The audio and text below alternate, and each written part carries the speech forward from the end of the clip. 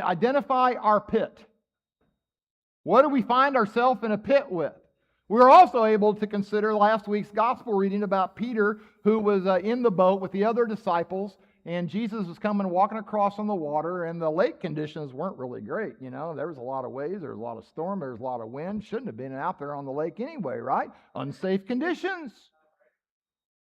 And then of all things, Jesus says, Peter, just come on out here and walk on the water with me in the midst of the waves and the wind and all that stuff. And Peter does, and then he sinks.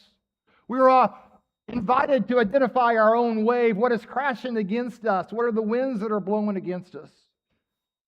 But then we were to pray Peter's prayer, is what we called it. Lord, save me. As we're sinking, Lord, save me. But we don't stop there. We don't stop with just Peter's prayer of Lord, save me. We take one step of trust to offer our meager means and let God multiply it. Pretty cool stuff, huh? Today we have two stories with two different settings. And what we're doing is we're putting the Old Testament reading and the Gospel reading together today. Two completely separate stories, two completely different settings. One is in the Egyptian palace, filled with weeping, as we hear. The other is a dusty road near Tyre and Sidon, filled with a mother's desperate cry.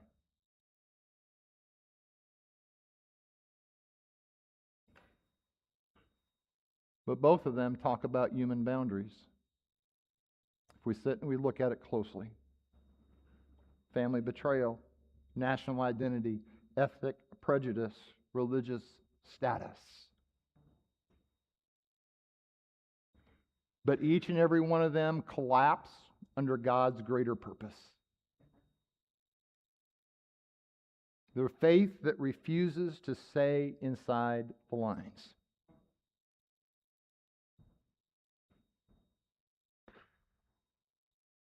Number one, on the back of your bulletin, the number one. This is where we're going to have a fill in the blank. We're going to use the paper today. Jim, Tony, I sure hope we got enough pens around the church. You got any in your purse? You need a pen. Tony's got pens in her purse. She carries a whole bag of them, actually. So number one, and here in a minute we'll get to the fill in the blank.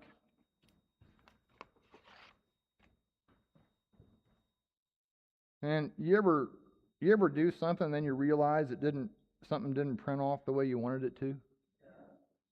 Yeah. That's what I'm realizing on the fly. But we got this, right, church? Here we go. God's destiny crosses every single boundary.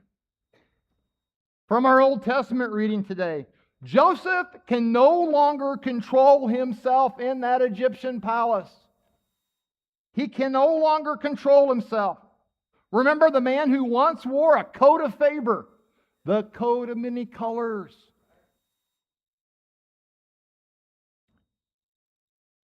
He cannot control himself. Even the chains of a slave. When he was carried out of that pit by unexpected hands, he was put in chains and sold off as a slave. Way to go, brothers. But he ended up being the one that was second only to Pharaoh. And then he's revealing himself to his brothers, and the weeping begins when he says, I am Joseph. You ever done something and you hoped out nobody ever found it out?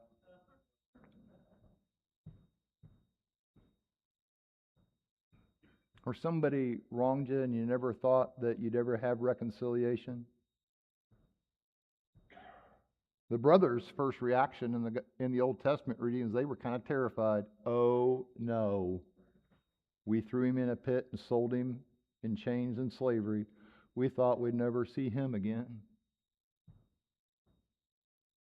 They're terrified. Yet Joseph does something in the Old Testament text.